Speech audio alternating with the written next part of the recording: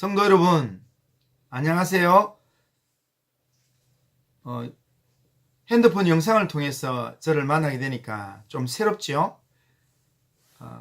생명의 공동체를 세우는 40일을 진행하면서 구역 모임을 좀 새롭게 해보려고 이렇게 영상을 한번 찍어봤습니다. 6주차에 진행되는데 오늘은 그 40일 중에서 1주차 첫 번째 주제가 예배에 관한 주제인데요. 우리가 일주일 동안 예배에 대한 내용들로 계속 말씀을 들어왔을 것입니다. 오늘은 예배의 주제 중에서 하나님을 기쁘게 하는 성령 충만한 예배자라는 제목으로 오늘 말씀을 잠시 생각해 보겠습니다. 오늘 말씀은 요한복음 4장 28절에서 30절입니다. 제가 한번 봉독해 드리겠습니다. 여자가 물동이를 버려두고 동네로 들어가서 사람들에게 이르되 내가 행한 모든 일을 내게 말한 사람을 와서 보라. 이는 그리스도가 아니냐 하니 그들이 동네에서 나와 예수께로 오더라. 아멘. 사람의 제일 되는 목적은 하나님을 영화롭게 하고 하나님을 영원토록 즐거워하는 것이라 그렇게 했습니다. 이는 하나님이 인간을 창조하신 목적입니다. 그런데 인간은 아담 타락 이후에 영적 기억 산실증에 걸려서 존재의 목적을 모른 채 살아가고 있습니다. 우리는 하나님을 예배하기 위해 지어졌고 부름을 받았습니다. 예수님이 십자가를 지신 이유도 하나님과 원수된 반역자들, 하나님을 예배하는 자로 회복시키기 위해서 십자가를 지신 것입니다. 예배는 은혜 받은 자의 첫 번째 반응이자 그리스도인의 삶의 토대이고 중심입니다. 예배는 오직 하나님만이 내 인생의 주인임을 인정하는 고백이며 더 이상 우상의 노예, 세상의 포로가 되지 않겠다는 선언입니다. 그렇기 때문에 무기력하고 답답하고 타협적인 신앙생활을 자책하기보다는 하나님 앞에서 참된 예배자로 서 있는지를 우리 스스로 물어보아야 합니다. 신앙의 회복은 예배의 회복에서 시작됩니다. 예배에 실패하면 모든 것이 실패한다라는 말이 있습니다. 이 말은 예배의 위기에서 신앙의 위기, 인생의 위기가 시작된다는 뜻이기도 합니다. 그러므로 우리의 삶에서 경제적인 문제보다 먼저 회복되어야 될 것은 경건이고 예배입니다. 성도 여러분, 이것을 절대로 잊지 말아야 합니다. 예배가 이렇게 중요한데 예배가 우리의 삶의 우선순위에서 밀려나는 이유가 무엇이겠습니까? 우리에게는 예배를 방해하는 요소들이 많이 있기 때문입니다. 그 중에 가장 우리의 예배를 방해하는 가장 중요한 것이 바로 죄입니다. 이사야 1장 13절에 보면 헛된 죄물을 다시 가져오지 말라. 분향은 내가 가증히 여기는 바요 월삭과 안식일과 대회로 모이는 것도 그러하니 성회와 아울러 악을 행하는 것을 내가 견디지 못하겠노라. 하나님이 그렇게 말씀하셨습니다. 하나님께서는 헛된 재물을 가져와 예배 드리는 것을 견디지 못하겠다, 그렇게 말씀하셨습니다. 그래서 예배를 통해서 많이 기도할지라도 이사야 1장 15절 말씀에 너희가 손을 펼 때에 내가 내 눈을 너희에게서 가리고 너희가 많이 기도할지라도 내가 듣지 아니하리니 이는 너희의 손에 피가 가득함이라, 그렇게 말씀합니다. 우리의 손에 피가 가득하고 죄악이 있다면 예배의 회복은 절대로 불가능한 것입니다. 그리고 예배를 방해하는 또 다른 요인이 있다면 그것은 바로 형식주의입니다. 말라기 1장 13절에 보면 하나님이 이렇게 말씀합니다. 너희가 또 말하기를 일이 얼마나 번거로운고 하며 코웃음 치고 훔친 물건과 저는 것 병든 것을 가져왔느니라. 너희가 이같이 봉헌물을 가져오니 내가 그것을 너희 손에서 받겠느냐? 라고 말씀하십니다.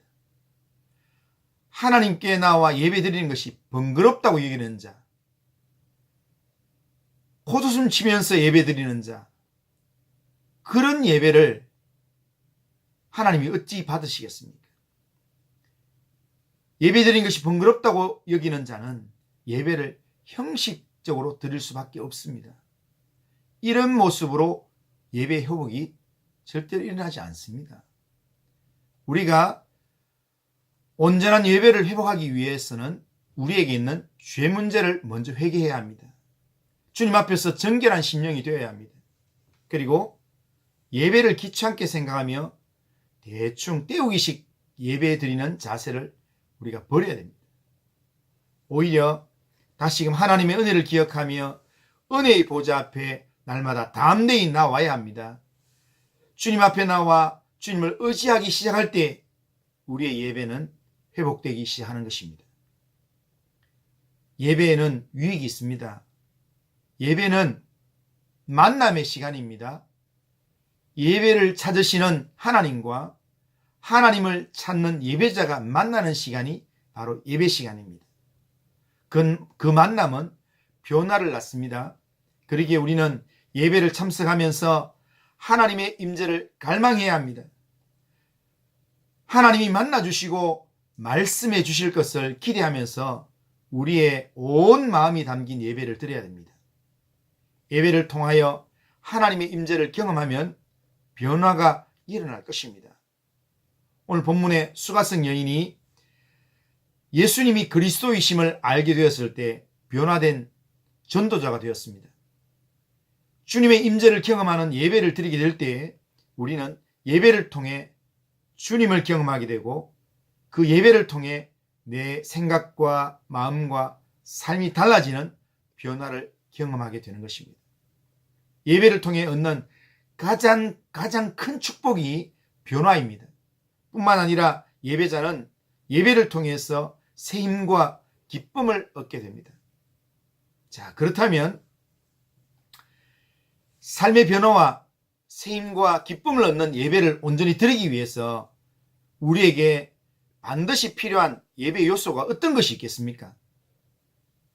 예배에 필요한 요소로는 첫 번째로 성령과 진리가 있습니다. 하나님은 영이시니 예배하는 자는 영과 진리로 예배할지니라 라고 말씀하셨습니다. 우리는 영과 진리로 예배를 드려야 합니다. 그런 예배를 하나님이 받으신다는 것입니다. 또 하나는 예배의 중요한 요소로 순종입니다. 하나님은 제물보다 마음을, 제사보다 순종을 더 기뻐하십니다. 하나님의 말씀에 귀를 막으면서 하나님께 제사를 드린다고 하는 것, 그것은 내가 만든 우상 앞에 제사 드리는 것과 다를 바 없습니다. 하나님은 순종이 있는 예배를 받으십니다. 이것을 안다면 우리는 주님을 사랑하는 자로서 말씀에 순종하는 삶을 살아야 합니다. 우리의 예배에 있어서 하나님께 순종하는 것이 그 어떤 것보다도 중요하다는 것을 우리는 기억해야 합니다. 그러기에 우리는 늘 말씀 앞에 깨어 있어야 되고 주의 말씀을 지켜나가기 위해서 더 많은 노력을 해야 합니다. 말씀을 맺습니다. 예배는 축제입니다.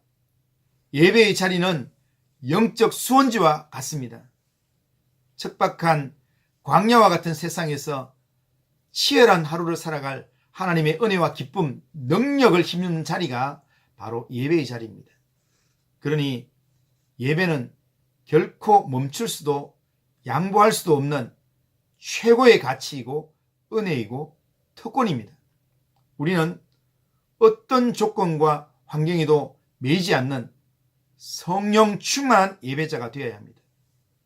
이런 예배자가 되기를 사모하고 참된 예배자로 거듭나시기를 주님의 이름으로 축복합니다. 오늘 또 이후의 시간들도 하나님의 은혜를 나누면서 정말 의미 있는 시간들 보낼 수 있기를 주님의 이름으로 축복합니다. 감사합니다.